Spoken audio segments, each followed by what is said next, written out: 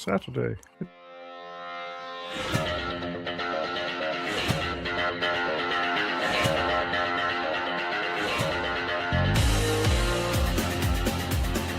Welcome to the Bleeding Burgundy podcast, a Washington Commanders podcast for fans, by fans. With your host, Jesse Martin. What are you talking about? You're out of your mind. John Taman. We finally got professional football back. This is going to be fun. Scott Hartley. Yeah, thanks for having me on. Max Taylor. As long as you got Jaden Daniels, you got a chance to win. Spanning the eras of Washington football. Honoring the past. Commanding the future. And now, the world's worst podcast host, John Taylor.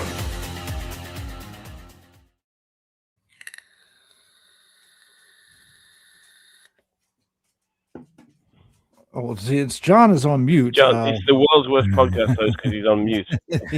Jesus Christ, John.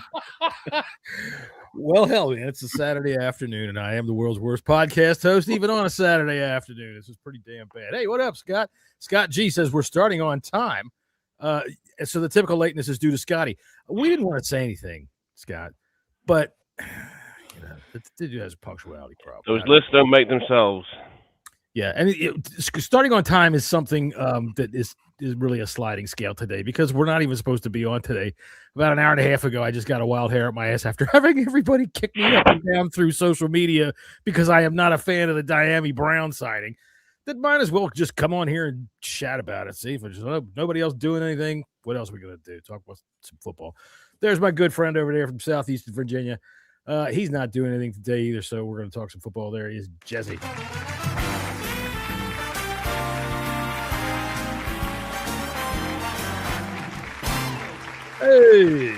Hey! Seems like we just saw you the other day. Yeah. It's a long time no see situation. How are you boys doing? Well, I'm doing fine. I mean, didn't I just kind of go through all that? Tony, how are you doing? There's Tony Week, our good friend from the silent room where he's been forced to go to in the white room. It's a padded cell. That's right. I wasn't going to say anything. That's what happens when you return from a week of drinking in Tenerife. You get sent here. Well, this is to make sure you don't have any, cooties or anything like that. That's pretty good. So, hey, man, how did you like the week of free agency? We didn't get to talk to you last week. I know. I felt like I missed out because that's like one of the best weeks of the year to be a part of, and I was sat drinking beer, watching the sun go down.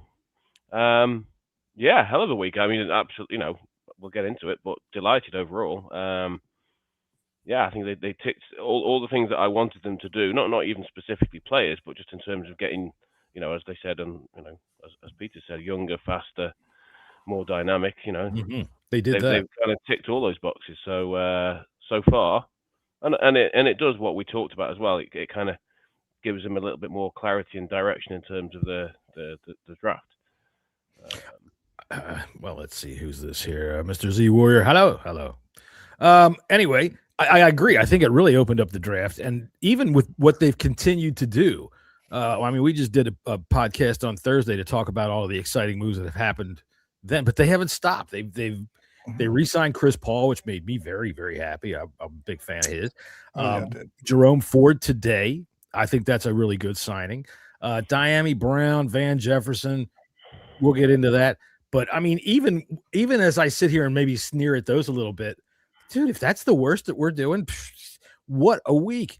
I mean, look, as an old-time Redskins Commanders fan, all the way back, starting well before Dan Snyder, but once Dan got here, I know what it's like to win the spring Super Bowl, man.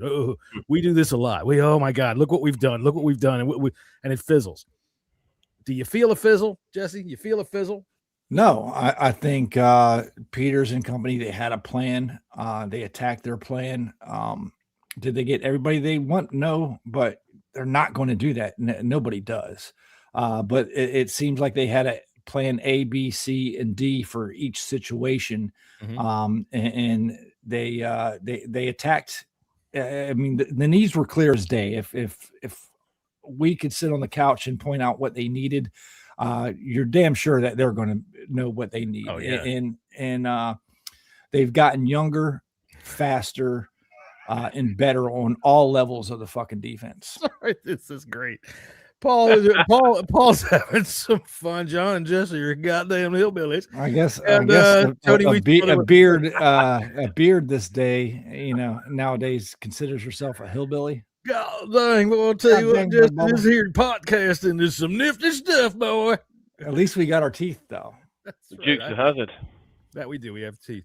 So what I'm asking though, in the past, we've seen ourselves do wonderful things in April and in March and whatnot, but it always fizzles when we get to the season because it never quite fit. They really didn't know what they were doing. They were just signing names.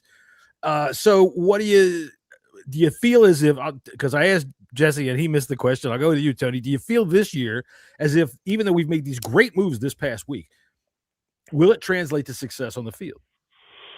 Well, I mean, time will tell. I think the important thing is I don't think they just went out, as Jesse said, they had a plan A, B, C, D, whatever it is. These guys, despite what some fans think, these guys do this for a living. Yes, they do. They didn't just turn up on Monday morning and go, geez, we better think of some guys that we want to sign tonight. They've been doing this since the end of the season. So they'll have had plans, they'll have had contingency plans. You saw what happened with, apparently they were in on Phillips and Jalen Phillips then signs for wherever he signed for, the Panthers. Carolina, I believe. Right? Yeah. And so they pivoted A from lot that. of money. Yeah, they pivoted from that to OA, and it took a little bit longer. A lot of people panicked. He signed this morning. Yeah. So yeah, it is always worth mentioning and worth remembering that the off-season champions are rarely the guys that dominate. The Patriots obviously kind of turned that around a little bit last year, but I think what they did, as we've already kind of said, is they addressed all the needs that they needed to make the defense was a priority. They've addressed the needs on all levels of the defense. Still need some work in the secondary and the back seven basically. Sure, but we need center too. Let's be honest as well. Apart from OA, they've not signed, and OA's not a big name superstar necessarily. They've not done the lavish, ridiculous Albert Hainsworth type contract or bringing in Bruce Smith and Deion Sanders at the end of their career kind of thing. My whole thing, and I know we talked about this, and I did it as a deliberately sort of narrow exercise when I looked at my free agent list that I wanted. I didn't put anybody over 30 on it. Sorry, Mike Evans was the one example, the one exception. But just as an exercise, when I looked at the top 150 free agents, it was like, who are these guys who are 26, 27, second contract, third contract guys who are still young enough, hungry enough, and want to play? And I think pretty much everybody that they've signed fits into that category near enough. I don't think they've signed anybody over 30 as of yet. That was, other than like Dietrich Wise and guys that they brought back, but I don't think they brought in anybody that's over the age of 30. The thing also I'm going to build on that a little bit with is not just that they got younger, but they gave multi-year deals out, man. And that's something that Adam Peters hasn't done yet, which when you try to logically look at and explain to people that freak out and say, oh, he just automatically thought we were in a Super Bowl position and went cheap last year. He gave 1-year deals because there wasn't jack shit out there really worth buying. And even though the Patriots did buy, they also had an excellent season out of their quarterback. There's been a couple of teams in the past, the Buccaneers come to mind, that have gone out and bought a trip to the Super Bowl. But this time, what they're doing, I think it will translate to wins on the field. You got here Evenflow C5C, good to meet you. He says he thinks it will as well, unless it's a she. But he says he doesn't think it will. No, you don't think it's going to translate to will? No, I think because of the question I was asking. Oh, well, I'll tell you what. We'll get to him in a minute. I think it can translate to wins on the field because Jaden Daniels is there. All right. So regardless, if you strengthen up those positions that we needed so much help with and are able to make that defense go from 32nd to say, 25th, yeah. It's not like they need to get tons better with what our quarterback is able to do if he can stay healthy. See, I think you kind of missed my point when I was answering your question, John. It's good on paper. Okay. Yeah. We see this on paper, and we're not going to know anything until it's on the field. And that, I think, has to do with scheme, coaching staff, play calling, and et cetera. So we're not going to know, but everything that's been done, we can see that, they're trying to get better. They're trying to fix the issues. And it looks like they did, but again, we're not going to know until October. No. Well, I I mean, think there's so many variables that go into whether it's going to translate into winning. Right. Jesse's touched on a few there. You've got everything else, injuries, third downs, all the different variables that were great in 24 and terrible in 25. There are so many things, and the margins, as we know, are so fine in the NFL between 5 and 12. So we could, the Commanders could easily have won 3 or 4 more games last year based on not much changing. So stop a couple of drives. But all they've done at this stage is all they can do. It's the first few pieces in the jigsaw that will include more signings, the draft, and then how the new schemes, how the new coaches, how the new systems all fit together. Mm-hmm. Well, I think the difference that I see with what they're doing here, even though they're out there lavishly spending, they're buying a lot, as opposed to the old days where we were just buying willy-nilly. They're buying players that are complementary to what they need to do. We were buying shiny toys back right. then. We were buying baubles back in the day. We were buying ticket sellers. Now we're buying things that fit the puzzle pieces.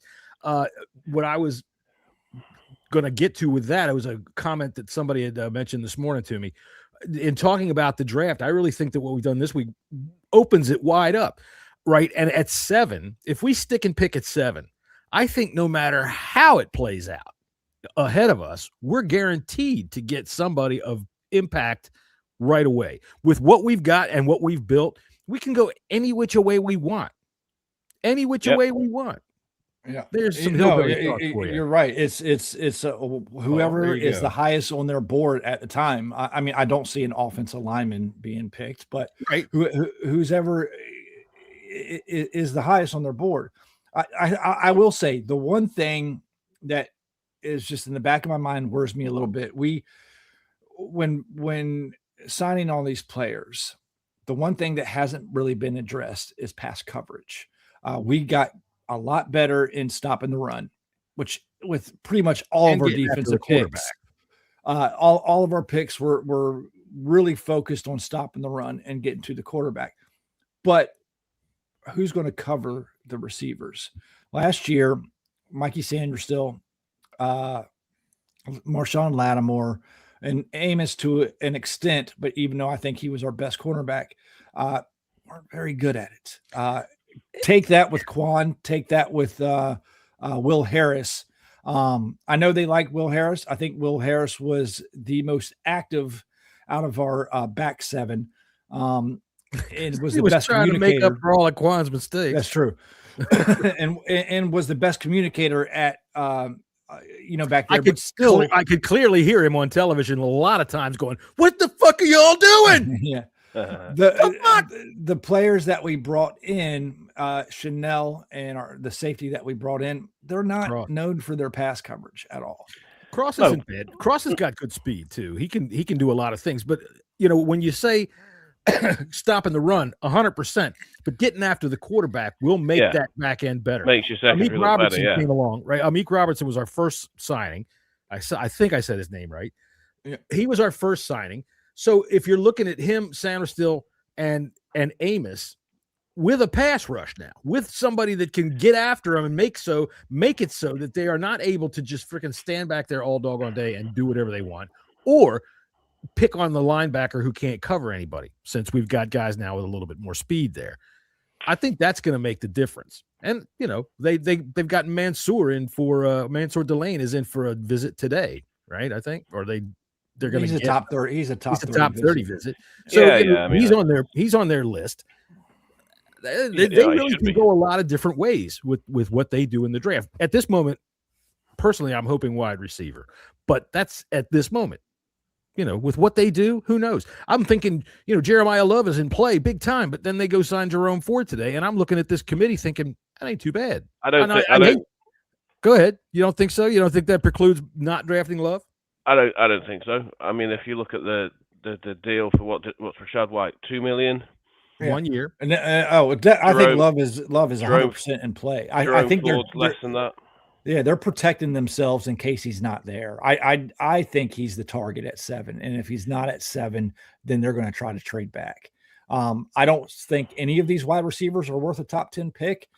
So we could very well could go defense. I Go ahead. I think they've not boxed themselves into a corner there, because if they didn't get the edge that they were looking for, right, and you have to assume that they were looking for one of Phillips, Owe, or a couple of others. So they've got one of the name edges that they wanted. right. And they've also got some good depth. They've got Chase on, and re-signed Wise, and what's the guy from the Chiefs on? And how'd you pronounce his name? And the other edge anyway. The official name pronouncer of the Bleeding Birdie podcast is off having himself a weekend. Where's Scott when you need him? Yeah, but again, none of those defensive ends are on the roster after this year. So I can definitely see them going DN in the draft as well, too. I don't see that being 100%, out of the question. 100%. Well, that's why I say, when you look at 7, we can literally go with the BPA that falls to us and be able to, I don't want to use the term fill a need, but the puzzle piece fits, for what we need to do. Because I don't care what anybody says. BPA and need go hand in hand and hand in hand. You can't think of one without thinking of the other. It's just impossible. Because, like you said, Jesse, you're not picking offensive line, right? Yeah. Even though the best guy might be an offensive lineman when it comes time for us to pick. But so need does always fall into play. And where we're sitting right now with what they've done this week, you would think they're probably going to go offense, but it really doesn't matter at this juncture. I mean, we whatever they want with whoever falls to them. We could, the way the roster's set up, we could use an extra edge rusher. We can use an extra cornerback. We can use an extra linebacker. We can use an extra wide receiver. But again, the value of the place, just a wide receiver fact. I think the best wide receiver is the guy from Arizona, Tyson. He's got some injury issues. Is he a top 10 pick? Maybe. Is he a number 1 receiver? Like, is that a number 1 worthy? I don't think Tate is. I think he's maybe a 1B, most likely a wide receiver 2. So, like, to me, in my opinion, you're picking a wide receiver at 7. He better be the heir apparent to Terry McLaurin. Well, that's also got to be thought of, But for me, if the guy is at 7, I don't like this notion of, okay, at 7, you have to pick. I was chatting with a new acquaintance out there on X today about how at that place right there, I want a guy that's going to be in contention for all pro all the time. Well, so do we all the time. But if that's, you can miss the perfect guy for what you have to have. Right? Happens every year, you can miss that guy. And I want that guy that puzzle piece that falls right in there and the whole picture comes together. That to me is worth number 7. If it gets us what we need, I don't care about all of that ancillary stuff that you're trying to add this value to it that's not really tangible. Does that make sense? Am I making sense? I should. Yeah, I haven't even had a drink yet today. Not even drink. Well, if they're going to go, like you said, they're not going to go offensive line. They're obviously not going to go quarterback. But if whoever the best player on the board is at 7, they're now freed up to be able to pick because they're not absolutely requiring themselves. Yeah, so I don't think into one or two players still got a big hole in it. Yeah, but I don't think. I think if you are just at that point where you can say, right, well, we picked the best player available. I don't think Tate, Tyson, Lemon are going to be Delane, any of the other corners, McCoy. I don't think they're going to be rated higher on the board than some of the guys who are going to be left, because you can be pretty sure with the way that the tackle market is and everything else now, and that one of the edges, Styles, Downs, Love, one of those guys is going to be there at 7. Has to be. Just mathematics. Yeah. Mathematics tells you one of those guys has to be. And they're going to be high. They're going to be higher, I would imagine, on their board than any of the corners and any of the receivers. Now, I could be completely wrong, but that also kind of puts you in a catbird seat for a trade back. Yeah, that's exactly what I, looking at the board and how we set up in free agency, I would probably lean on going that way if Love is gone. Or if somebody wants to come up for Love. And like for me, like Love, I just think he's the best player in the draft. He's immediate impact put in there. And he's last year. He didn't impact shit. So how about this? Sorry, go on, John. You go. No. I'm just making a point about these backs that are always the generational backs that come along. Okay, they don't come along that much. So but they also that's don't really help the team that got that. I mean, like, hey, the Giants drafted Saquon. They benefited nothing from that. Bijan Robinson down in fucking Atlanta. That team is goddamn. Who the hell knows what the hell they're doing? And poor Bijan, he's stuck. I mean, he's half their scoring. Ashton last year was going to be like, oh my god, Saquon was too. And for a team that's lack of weapons. I mean, Saquon didn't do the Giants anything. He had some gaudy numbers for him, but they never got anywhere with him. It can still be half your numbers. They went to a Super Bowl. Yeah. How about this for a scenario then? If we come on the clock at 7 and Love is available and a team calls to trade because they want Love, do you take Love or do you take the trade? Depends on what the trade is. Let's say, fair enough. Yeah, fair enough. Yeah. But if the trade is from somebody who's, I don't know, 15th or 16th. Thank you, just Washington Football 6547. Thanks for subscribing. Right, absolutely. Yeah, man. It says we'll give you pick number 48, middle of the second round, to move up, and we drop back to 15 in the first round, pick up a second at 48. That might be something you have to consider. Sure. You weigh what's on. Again, this draft it's a very weak draft. I don't care what anybody says. A lot of these players that are picked in the first round wouldn't be in first rounders in your normal drafts, and that includes some of these wide receivers and some of these players. It's facts, man. Where's my Jesse the Amazing Swami? Where's my animation? I mean, I get what you're saying.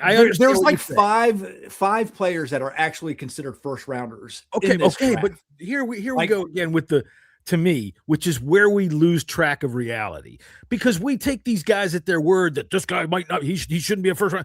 And fuck if they know. First round talents bust all over the place. Guys from the back come up and fucking do awesome, amazing things. And then these same guys that told us all that shit give us grades on their draft picks, because it drives me bonkers, the circle of how the hype goes. All right.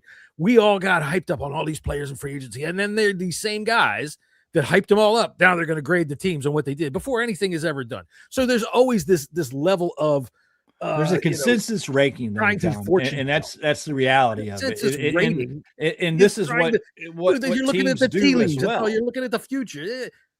These consensus ratings, they're still pretending they can future based on it. That's all I'm saying. But still, you have to base the value of these. Then you're just throwing fucking darts at a dartboard for no fucking reason. Man. You're not. I mean, I'm going to pick this guy. You scout them. You see what they're getting. No, you scout them. But exactly, we have the 7th pick, and I'm not one of these people that's going to sit here and say, "Well, none of these guys that are sitting here are worth this pick." If that guy that's sitting right there is worth it to me, if he fits my puzzle, then he's worth it. That's my point. I'm not saying you don't draft a number 2 wide receiver at number 7 when that's what you need, and that guy will fit perfectly. And if it turns into success, who cares where we drafted him? That's my whole point. Well, why pick a number 2 wide receiver when you can get a number 1 linebacker or another 1 defensive end? See, that depends on what I'm actually looking to pick. I'm just using wide receiver as an example. Whichever one of them is the one that makes my team better, right? And these guys, these ratings fellas, they're throwing numbers together to try to predict the future. I mean, they're taking the words that they get from scouts and the NFL. They're not just making this shit up. Trying to predict the future. That's what you're thinking. People are making this stuff up, and I don't say they're making it up. What I'm saying is that what they're trying to come to as a conclusion is kind of made up. You can say a guy is going to be good, but you can't predict that they're not going to bust, and you can't predict that this guy from the back is going to fucking roll up and play better than anybody else. So why wouldn't you want to get the least? Not saying because nobody's bust proof. Nobody. We all know that. Right. We've seen that. Why wouldn't you go for the least percentage of bust possible? Because you have a wide open. You're wide open. You're not pigeonholed. You're not going to go for need. You don't need to go for need. Why wouldn't you try to get the least bust proof prospect and put them on your team when you can use them? Yeah, okay. We're not so overcrowded at positions again. I get you. Look, if it's all right, so let's take Sonny Styles as an example, let's say we're sitting at 7, Styles, Downs, and Tate are available, and Tyson. Hang on a second. We got that's Scott. Scott, unlike Jesse, who does make stuff up. Oh, come on, Scott. Simone's a patina. Hi guys. Much as I love Terry, I don't think he is a true one. I'm with you on that. Well, hang on. We'll get to that. Playing into Jesse's hands here. Yeah. He's an aging one, and I think if you are a defensive coordinator looking at our team, he's your one. You know, even if we bring in, if you bring in Jennings or Ayuk, which is I'm not really thrilled with, Terry's the guy that you rotate over. You know, you just do. Otherwise, he's going to fucking eat you up, and you know that.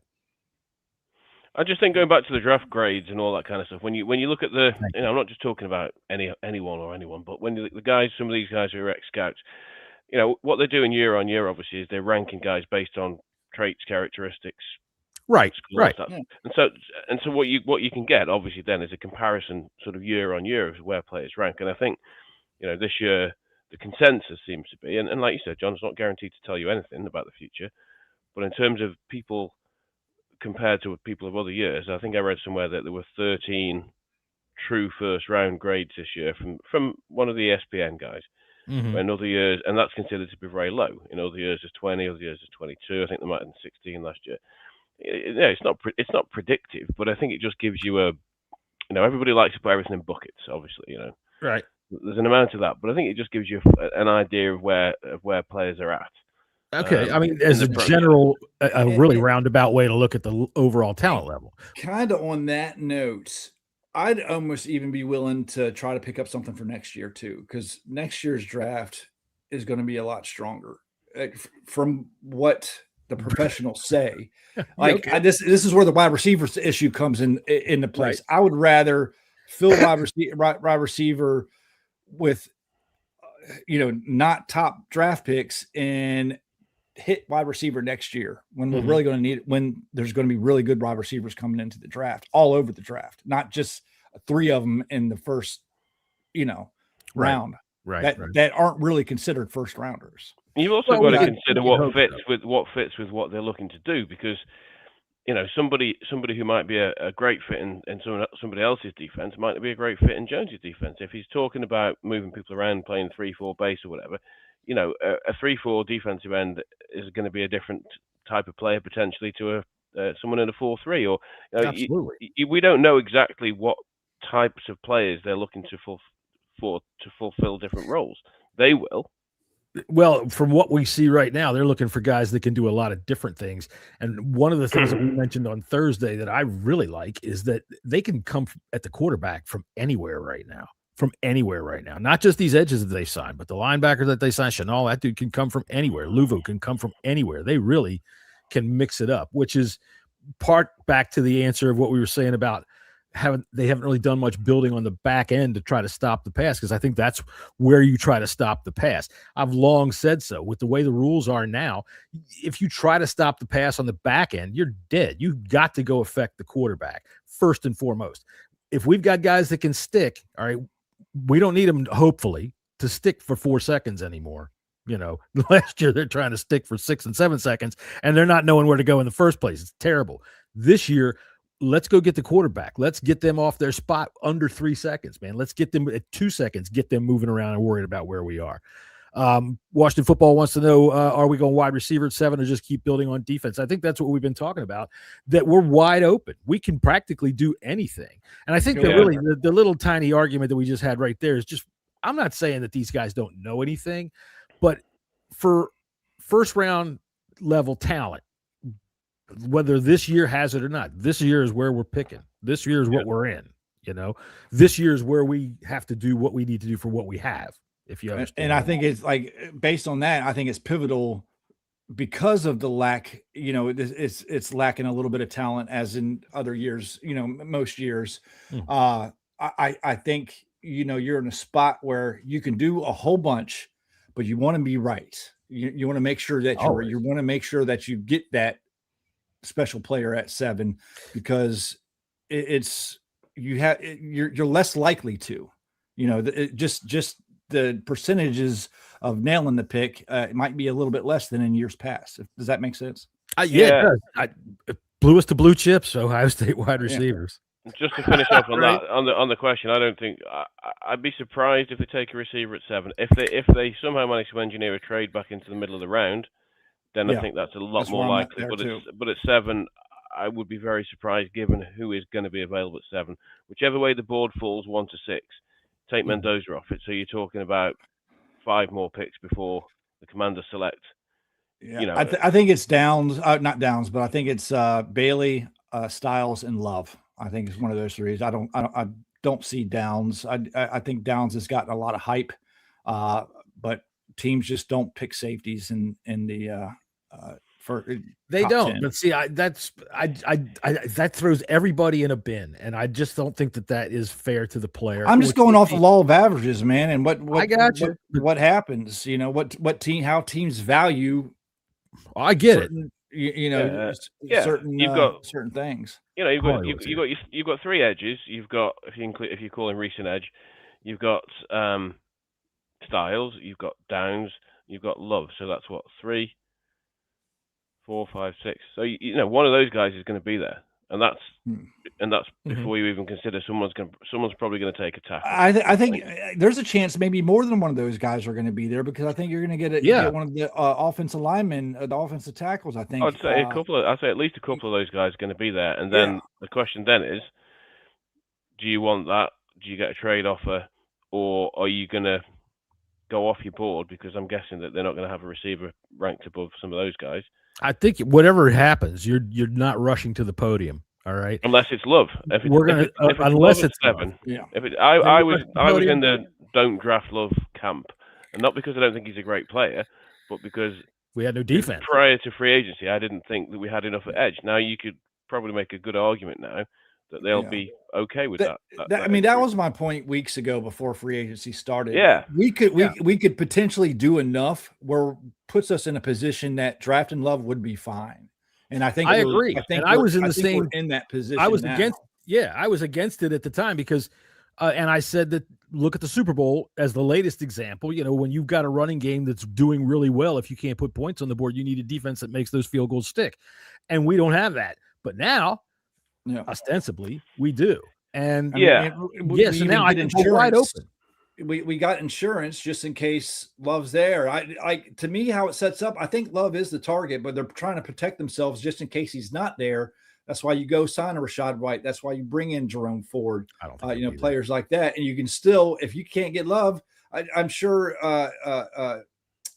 McNichols will be available after the draft. If you can't get Love, prostitutes are not that expensive. If you give them a tip, they'll tell you they like you. Paulie Wood, welcome in, man. Peterson set us up to draft the BPA in the draft or trade back if we need. You're right, Paulie. We've all been like super happy. I think now everybody should be, even the freakouts should be super happy with what we've got in our front office. He deserves credit for not overspending on some names that are overhyped or might not have fit our scheme. Thank you, Paulie. That's right. I think that's right, because you said earlier on, and I think you just meant in terms of the numbers of players, but they spent lavishly. I mean, they haven't spent lavishly, really. No, they haven't, but they've gone aggressive. Yeah, exactly. So some of those you can see who they value by the types of contracts they've given out. So it was 3 years for Okonkwo, 2 or 3 years for Chanel, 2 years for Cross, 3 years for Owe. So Owe got 4, I thought. Somebody got 4. So yes, got 4. 4. Just like unheard of for Peterson. Chanel got 3. Most of them have been 3, except for some of your depth pieces. Those are Okonkwo's need to be 1. Those need to be 1 year contracts. There's no reason to hook yourself long term with everybody. So you can get except when they're superstars. You can get any of those guys. Sorry, go ahead, Tony. I was just saying that, although I'm delighted with the edges that we've signed, I still don't think it's a guarantee that it's going to give us a dominant pass rush. I mean, Owe had a great second half of the season. Chason did well with the Patriots. Hopefully Armstrong will be back. But if Bailey's still there at 7, or if Bain is still there at 7, I don't want Bain. I'd still be inclined to take him over Love, but that's a debate now. That it wouldn't have been a debate before if they'd not actually signed the number of edges they've got. I still wouldn't be blind to the fact that I don't think all of a sudden people are going to go, oh my God, the Commanders pass rush is elite. No, it might be, but no, it's elite. But you know what? From what we were, I'll take competent. Oh, absolutely. That's what I'm looking for. Absolutely, 100%. I think an underrated signing is Tim Settle. That's a 3-year deal too. And Scott G points out that 3-year deals are now 2-year deals, basically because of how the guaranteed money splits out. But, that's right. Anytime you're ever talking about a contract in the NFL, none of it actually means what you're saying. It's just yeah. I mean, you got control over them. Settle is got able to pressure the negotiation pocket power up the middle, man. for 3 years over. That's what I like about that. And I know you guys think we're going to trade Daron Payne, and for the money, it makes sense. But no one's going to take on that pressure contract. the quarterback up the middle. I know nobody is, but him and Settle, I think, can be very disruptive in the backfield up the middle. And then you factor in Kinlaw, and you bring in, who is this other big fellow they brought in this week? The guy from the Chiefs. He plays more to the interior. I can't pronounce his name. With open arms, we'll take him. Y'all just need to release him. We'll take him. Oh, we will not take a 7th. We will not give up a 7th for it, because then we take on that contract. No, they said we will give you a 7th for the trouble. Well, we're not. Yeah, y'all just need to release some, and we'll take him right on up. We'll give him a 1-year prove it deal. I don't know if you know. There's our wide receiver too. We signed Diami Brown to. I knew this is coming. I don't have any issue with the Brown signing because so we'll talk about him in just a second. Let's go on a couple that we've since Thursday that we talked about that we're happy with. Chris Paul, we're all good and happy with that, right? We brought him back. Yeah, that's fine. Yeah, very happy with that. You think he's still our left guard starter, right? They never bothered even. I don't see why he wouldn't be. I will say this though with Paul, he's big, he's physical. I do think he's going to get some competition from Coleman. And the fact that we are changing into a zone scheme. So you need to be a little bit more nimble as an offensive lineman. And I'm wondering how he's going to fare doing that. We'll find out. Yeah. I think he was a lot better last year in getting out into space and making that second block, which was what the knock was on him coming in. And I'm going to credit John Keim for telling me that that's what the knock on him was coming in, was his execution to the next level was not stepping forward, which is why we hadn't been seeing him. And then last year, it came together.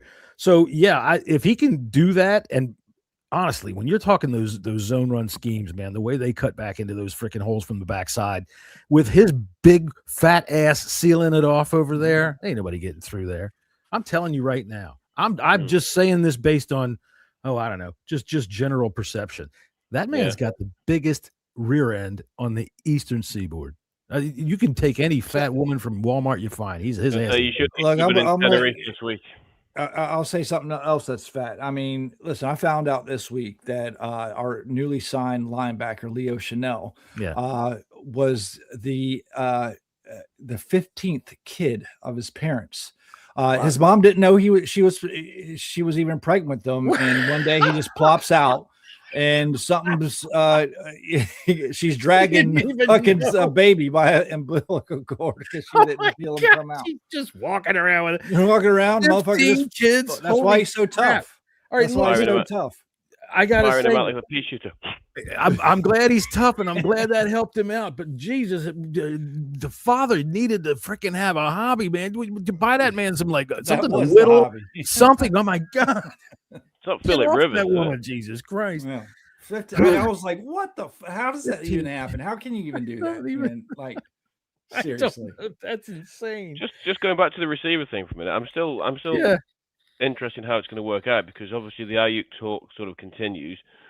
You know, we're heavily linked with Juwan Jennings, who's still out there, and obviously Brian Thomas Jr. is being made available for trade. So, and I look at the signings they've made, and I think it's still lacking something. So wide receiver is not answering yet. And for my money, I don't want to wait on the 49ers and the games they're playing. Brandon Ayuk, look, man, I think that their plan is to draft, but that's just me based on how they've done this right now. I don't see Adam Peters really going and saying, okay, we're going to play your game, San Francisco, and just wait it out. We're not going to let it go that long. And we shouldn't let it go that long. And if you're the 49ers, why would you just let him why would you do it? You don't have any reason to. We have 5 receivers on contract right now. That's it. Yeah. The two receivers that we just signed are expendable. They might not even make the team. Van Jefferson? Absolutely. Van Jefferson. Do you know what Van I Jefferson's fully name always reminds me believe of? He sounds like a guest star on Different Strokes. I fully some believe dancer that from the past. Ayuk is in the cards somewhere, but they're not going to just rely on Brandon Ayuk. I mean, they're not. They do have a plan somewhere else, whether it's drafting somebody or there's still receivers on the market. Not too many. I mean, Hollywood Brown might move you on a number 2, but it's really starting to dwindle. Tim Patrick, Hollywood Brown, Keenan Allen. I mean, Stephon Diggs. You got to go Keenan Allen. Definitely. I mean, there's 1,000-yard receivers still on the market right now. I mean, we're looking at them. Those are 1-year rentals, and that's just kicking the can down the road. And if that's what they feel is necessary, I wouldn't really mind Keenan Allen. They might have to. And that's okay if they do. It really is. I don't see a big issue with that. But I think with the talent of Brandon Ayuk, just before his injury, he was classified as a top 10 receiver, a true bona fide top 10 receiver. Why wouldn't you take that flyer? I think it's silly not to. He wants to play here. You get him on a 1-year deal of a contract. Mm-hmm. Try him out for a year. Mm-hmm. He could be the heir apparent to Terry. Well, I mean, he might be. And I would not be against trying out that 1-year deal. But then again, if we let him walk on down the road and go to play in New Orleans, I wouldn't be too sad about that either. As far as our signings today, Dyami Brown, welcome back home, I guess. And Van Jefferson, who, like I said, sounds like a guest star on Different Strokes. And even though Tony doesn't know what Different Strokes was, I do. You do? Hot damn, there you go. It's not like it was really any good. What are you talking about, Willis? Right. All right, look. Dyami Brown is... Here's the thing. Dyami Brown, when I yesterday I said on X, not a fan of the signing. He has shown exactly nothing. No. My God, you people think I was fucking insulting Jerry Rice or something. I like with Dyami Brown, it is a book that we bought brand new. We read it. It wasn't good. And we took it, gave it to Goodwill, and then we saw it in a free box and picked it back up again. We've already read this book. We've already read it. It wasn't very good. I think, to me, you should have brought someone in like I would have. And I'm not even a Mooney fan. I would have rather have Darnell Mooney than Dyami Brown. I think they're in the same class. Hollywood Brown, he would have been one. Greg Dortch. Bring in Greg Dortch, Keenan Allen, Nick Westbrook, anybody than a book we've already read. See, the thing about Dyami Brown to me, and this is the only thing I have found that's a positive in everybody that was yelling at me from yesterday. You know what? Here's the thing. When you say I'm not a fan of Dyami Brown, that doesn't mean I ain't never seen Dyami Brown. God dang, I didn't even see the second half of that 2024 season. God dang, I didn't see that playoff game. Yeah, I have. Can you show me anything else? The guy's best game was 6 receptions in his whole career. He has had more 0-catch games almost than he's had any games with even 1 catch in him. It's ridiculous, the love that this guy brings. Yeah, he's got speed, and speed is so tempting. You can't teach it. And, man, when you see it, you're like, oh, my God, if he could just fucking catch the ball when it gets down there. Listen, I'm not jumping up and down with excitement. Well, here's like I said, I found one positive, and that is that we knew he was a bum. We let him walk for $10 million down to Jacksonville. Jacksonville figured out he was a bum, let him go. We got him back for like maybe 13% on the dollar. Yeah. Right. So if anything comes out of this at the bottom of our wide receiver roster and he produces 1 touchdown, that's gravy. Right? Yeah, I just think that, and I know you've already talked about it, but he did develop a reasonable chemistry with Jaden in the second half of that 24 season. Now that might be, like you said, small sample size, might never happen again. Everybody had a good chemistry with Jaden. Absolutely, yeah. But him, Jefferson, like you said, some of these guys might not even make the team. So you're right. Yeah. Especially if I'm make a move on fine with Jefferson. Jefferson's got a Super Bowl ring. He was with the Rams. I mean, the guy's made plays in the NFL. He's a solid end of your depth chart type of receiver that, he's a good route runner. He's a veteran.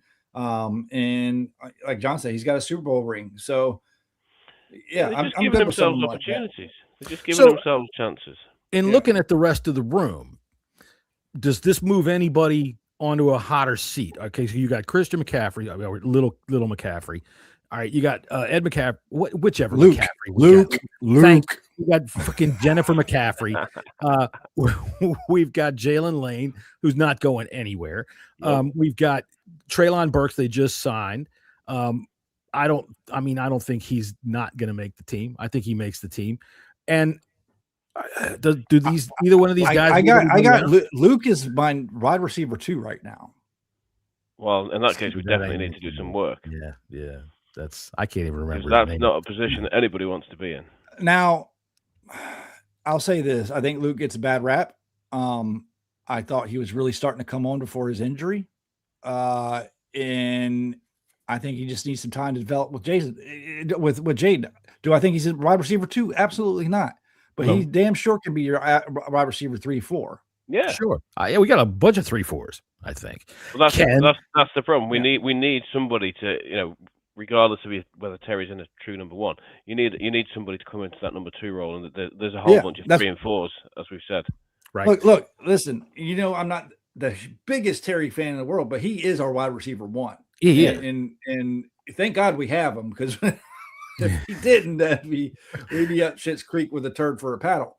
But we are. If we ain't some hillbillies on this show, there's a huge gap between Terry and the rest of them. Right. Big gap. Yeah, just looking at the numbers, Diami Brown 1 year up to 3 million. Yeah. Treylon Burks 1 year up to 4 million. Jefferson's wasn't even listed, so none of these guys are guaranteed to make the roster. No, not at all. Now, okay, so let me ask you this. All right, Juwan Jennings is out there. I've seen people look at him, and he's a big guy. He's got big hands, but he's not the fastest dude. Could it possibly be that they're really not interested? If you're looking at Treylon Burks, this is a guy that I find to be quite interesting. If you were to give him a 1 through 5 grade as to how confident you are he'll make the team and be a contributor next year, where would you put him? Burks. If 5 is being the dude is going to freaking ball out, 1 being, he ain't really going to. I'm going to go with. I'm already around a 3, 2.5. 2.5. Yeah, 2.5. I think he probably will make the team because they signed him back early enough before free agency, so he was obviously one of the guys that they wanted back. Mm-hmm. I think he's going to make the team. I think absolutely. You have that. He's tall, he's physical, and he can make contested catches in the end zone like we saw. And I think that's what they want him for. He can get up the sideline too, man. I mean, there was that one pass that Mariota threw to him that he broke his finger on. Or no, the finger was a touchdown.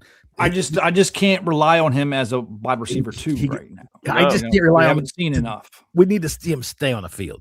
That's where someone like Juwan Jennings, I think, Jennings would come in and be your 2. See, that's where I look at Burks and I say, I think there's Jennings right there. I think the same. Jennings has proven it so many more times. Yeah. Jennings, and this is why I like Jennings. He was my only receiver on the, when we did our free agency stuff that I had. I wanted to re-sign Debo, bring in Jennings, and possibly Ayuk. Debo's still there. That's true. Jennings right now, he's wanting $10+ million a year. That's what he's trying to wait. And teams aren't willing to go that high yet. Right. His market is a lot lower than I even expected. If I'm looking at us and him, and I'm thinking that kind of money, and then I'm looking at Treylon Burks, I'm going, I might have him right here at the difference in price. There was something said that Jennings was expecting a contract of like $20 million. In what world is that going to happen? That was on Spot Track. That's why you can't believe Spot Tracks. Yeah, you can't. That's also before the money starts flowing. They're trying to just predict. Yeah, this is coming. It might have been, I don't know if it was Kime or somebody, but they had San Francisco guy come on. There's talk about Ayuk, but then they started talking about Jennings, and teams are right now aren't willing to go pay in the double digit. I read there was a question about him being willing to play through pain. Now, whether that's true or not, I don't know. But that's one of the things that I've heard. And like I said, now I'm not trying to fluff up Burks or anything like that, but I'm looking at Jennings and I'm looking at Burks. And if Burks is able to play, Why can't he do the same thing? One thing I think Burks has, he doesn't block much. I know. I don't think We don't know what he did does. He's not really able to be on the field very much his whole career. But Burks, the thing about Burks is like he's had such bad quarterback play. But then you see wide receivers with bad quarterback play overcome, or kind of sometimes quarterback proof. Justin Jefferson's not. I just don't think this team can be like, okay, we're comfortable with Burks. You can't do that. You can't. No, I still think he might turn out and be that guy. He might turn out and be that guy. But when you're this offense that we think we're going to be running is going to be more like the Shanahan type offense. You're going to want these receivers are going to have to block. They have to. Yeah, no, look, I'm not putting any like expectation on Burks. I'm just saying maybe that's why they're not really jumping too high at Jennings with his big price, saying we got the same body type here. If we can get potential out of him that he's expected, then maybe we just don't spend that money. It gives them a little bit of leverage. They're not desperate, you know what I'm saying, and having to go after. Yeah, I don't think they're desperate. I mean, they shot their shot with Pierce. They shot their shot with Dobbs. I'm fine with neither one of them being on the team, to be honest with you. I wasn't too. I would have rather big had on. I wasn't too big on either one of them. And now they put themselves in position. Like, hey, either we figure it out this year or we'll figure it out next year. It's. I think like signing Chig really helped the passing game out. I think immensely. He can't say enough how much he's ready to run actual routes, which just sounds great to me. Because, dude, with the ball in his hand, he's a beast. He's a rumbler, man. I love it. He's not your kind of guy that will catch the ball, turn around, get two fucking steps, and go down. He's not that dude. He'll catch the ball, turn around, take 2 steps, nail a safety, drop him, and fucking take off running. Simone says Luke had more touchdowns than Jefferson and Brown combined. Ugh, but I guess it's for depth. They might not make the roster. She's right. And, might not even be for depth. Might be for training camp competition. Just breaking news, by the way, bad news. Josh Johnson has signed for Cincinnati. I saw that. And bad for Josh. It's too bad for Josh. He's got to go up to Cincinnati now. It's how many teams is that? Like 27? Well, that's the same. He's already signed for. He played for Cincinnati apparently in 2013. Yeah. Well, I'm talking about total contracts he signed. Total. Right, sorry. Don't know. Freaking a lot. Dude, he's going to have a little something in the Hall of Fame. He really is. He's a little something about the most traveled journeyman in NFL. Yeah. So, all right, I'm thinking about the running back room now. We signed Jerome Ford this morning. We signed Rashad White last week. Yeah. Obviously, we think that Love is still in play. A lot of people thinking he's the BPA there is, period.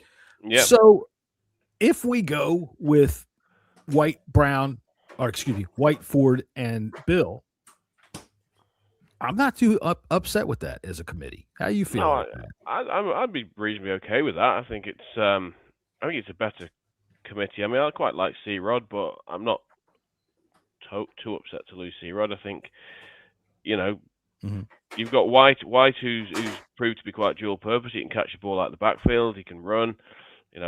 Bill obviously had some dynamic games where his running was outstanding. Obviously, he's got to look after the ball better.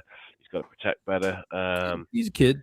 So he's got that to come yet. And Ford, Ford can do a bit of everything. He's quite strong. He's just for a relatively small package, he's quite a strong guy. So I think as it pertains to some of the other positions, I think they've done enough now where they can go into the draft comfortably enough to say, well, if this is what we're going to end up with, we'll be okay.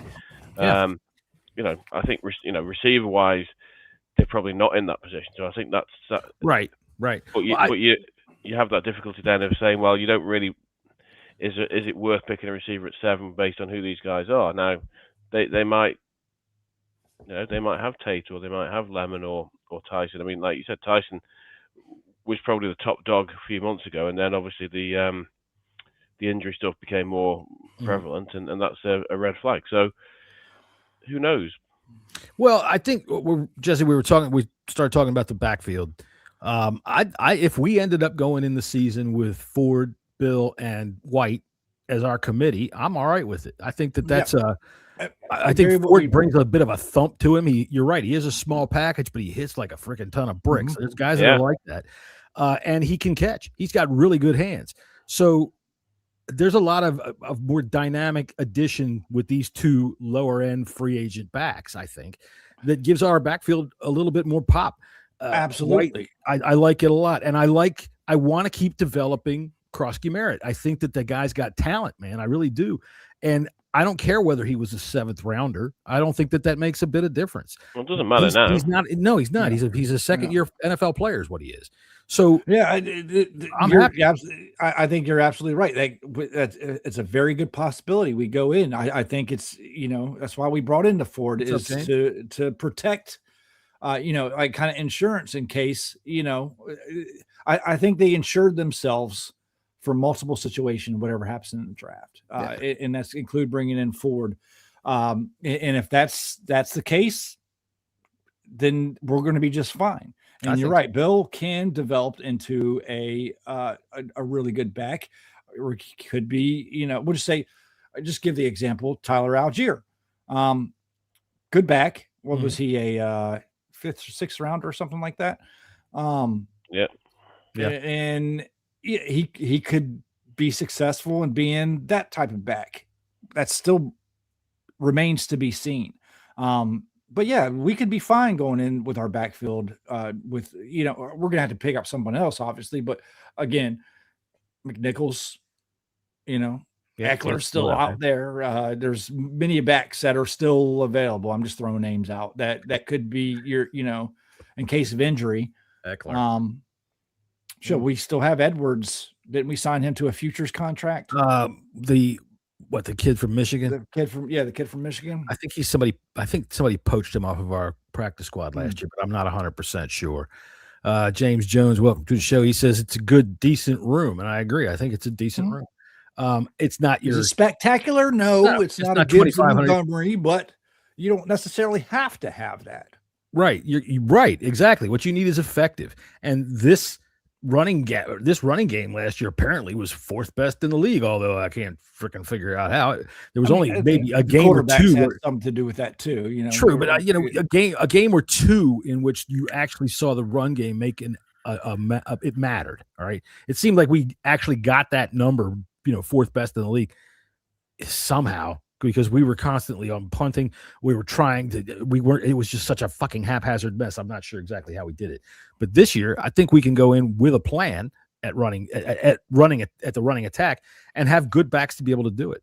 So yeah, I was higher on the run game than John is. I thought the run game was pretty last year good. Yeah.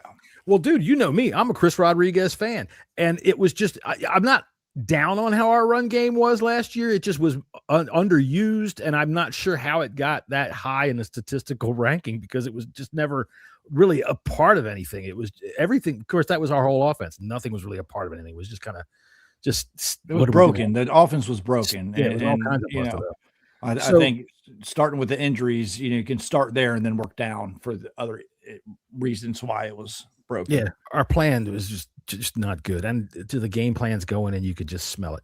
So I'm all right with that. Now, Chris Rodriguez, he signed with Jacksonville. Well, you guys out there you got a good player.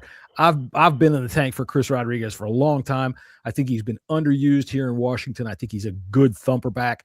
And if you give him the ball, you feed him the ball, that dude will freaking run into some linebackers and get you yards. I can't believe they gave him that much. That was ridiculous. Well, yeah. There you go. So if anything goes, the same way with Jackson, this is the team that also gave Diami Brown $10 million. Rodriguez back next year for a nice, sweet deal. He'll be back. But yeah, feed him. I mean, he's going to back up Tootin, right? Bashal Tootin would be their starter, I would think, probably. It's hard to say. So speaking of Jacksonville backs, we learned how to say Ashane this week. Travis Ashane. I would have never looked at how you spell his name and thought that. I'm talking about Miami? No, I'm talking about Travis, what you would call Travis Etienne. Right? Oh. Yeah. He said today, he said like earlier this week, I got to get this straight. My name is Ashane. That's how you pronounce it. Oh, I didn't see that. Yeah. Me neither. So I would have never. Yeah.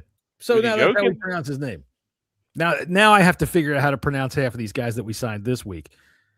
I tell you what, it's a tongue twister sometimes when you have to read a bunch of guys that do play football. I will also say this before we get out of here. When it comes to that kind of shit, hockey announcers are amazing. And that's all I'm going to say. Those dudes twist their tongues around so fast on freaking names that are 10 fucking letters long and have one freaking vowel in it. Oh my God. There's a lot of Scandinavian / Eastern European type names in there. And man, they go quickly. All right. So, hey man, I guess that's been a good hour here on a Saturday afternoon when we had nothing else to do. Talk about some free agents. And for all of our new friends that follow trains this week, out there on X, that was a trip. Seems like a bunch of robots, I'm pretty sure. But I will say, I've had a lot of good discussions with actual new people this week, and if they're all AI, hey, look, as long as you're not trying to get me on some stupid crypto scheme and your AI is programmed to talk football, whatever. I don't give a fuck. Did you upset most of them, John? Or oh no. Well, I mean, you know how people are. Some people get themselves, they take themselves so seriously. Some guy said to me about, oh God, what was I talking about? Something about the depth. Oh, it was about Diami Brown. So you don't know how to build depth. Good to know. Oh, well, good to know. For what? Like I'm a fucking football coach or a goddamn GM? Good to know. Well, I'll tell you what, bud, when you are a fucking GM, don't even take my resume because I don't know how to do it. But if you need somebody that's very good at graphic design, I'm your guy. I'm your man. All right, then. So here, let me hit our music and on the way out of here. Anybody got anything left they want to talk about? We got Van Jefferson. We got Tommy. We got Big Butt. We got. I mean, there's going to be a lot. There's going to be, they've still got. I keep seeing different figures, but there's still a good amount of cap space available there. Hell yeah! I saw a figure today. It was like they still had 70 million. I saw that as well. Yeah, I thought that's going to be. Obviously, like how? We just had 62 like 2 days ago. Well, whatever the figure. When Scotty's on here and he starts talking about the cap, I'm just like, whatever. To me, it just starts going because none of it make a fucking sense to me. Whatever the figure is, they're still going to be making more signings, but the vast majority of them now are going to be, depth pieces, guys for competition, guys they can plug in. So, let's not get too excited about. I don't think there's going to be too much. There's not too much more headline stuff. Regardless of draft, I still think we need to sign a cornerback or two. And one that's like a seriouser one, like not just a depth one. We need some center help. Yeah. All right. Whether that's to go after Cushenberry and bring in a starter, or we need some depth there, because if we have a couple of injuries across the offensive line, all right, now you're going to have Allegretti as your center. All right. So there's the depth gone for that. If one of our guards gets hurt, you've got Coleman stepping in. Does Wiley play center at all? Has he played center? Well, I was going to bring up Coleman at center. Right. But see, this is what I'm saying. Yeah, one or two injuries, we're light all of a sudden. I think we're going to have to bring in one more center. Yeah. That's where I'm at with that. Because I don't know if Wiley can or not. I would assume he's played there. But I think we don't have a center on the roster that's actually played a true center more than, a couple games at center. But if you look at the draft and you look at the centers available, the consensus seems to be that there's a lot of kind of third, fourth round guys. Mm-hmm. So I know we don't have a fourth, but could that be an option for the third pick? Maybe I could think I don't know. It. But there's also 7. Daniel Jeremiah had 17 receivers in his top 100 players. So that takes you past the end of the third round. So that. I could see a center either in the third round or a later day pick to try to groom along, because I just think you're courting disaster if you go in. We're going to have to pull in at least one more center. There's got to be another center on the roster for depth. Oh, there's definitely moves to be made, and there's plenty of time, so I'm not overly concerned about that. So if we draft one, I wouldn't be too upset with it, unless it's at number 7, and then yes, then that's time to. We're not firing anybody after this week. Hell no. Fire Peters, he's useless. Right. He's a bum. All right, he's a bum, Scouse. He's a bum. He's a bum. All right, we're not pulling out any names, but look, man, a lot of you people really did freak out this week, and that's quite all right, man. That's what fans are for. That's what it was a moan fest. Look, I was listening to the radio. I don't know if I said this last or not. And listen, 11 minutes into free agency. Oh, I people know. were calling for Adam Peters' fucking head. I Twitter know. was meltdown. Our other chats were melting down. Dude, it's like surfing in the sewer, just freaking going down through that. And most of those people are hiding now. They're not even coming. Hey, that's all right. Look, here's what I always say, and for all of you people out there that are yelling at me about Diami Brown, first off, most of you are really cool people. If Diami Brown catches a touchdown, I will happily give me some crow nuggets. I'll eat that. I don't give a fuck. If the Commanders do well, I don't give a shit. If I was wrong back in March when I said I don't like this signing, whatever. I'm happy if the team does well. So there you go. That's the way that's going to be. I'm not sure when we'll be back. We weren't sure 2 days ago, and now we're back today. So I'm guessing, let's say Friday. Yeah, probably Friday. We're going to have a couple of guests coming on here. We're going to have the last tier of free agency should be wrapping up right around then. We can really start to think about draft talk. I know our friend Deuce wants to come in and talk with us. Ken Johansson wants to come in and talk with us. My new friend Lucas from 14 Rings Podcast, he wants to come in and talk with us. We got all kinds of people that want to come in and talk with us. So we're going to be glad to have them, and we'll talk with them. So until the next time that we see you, later. Good night.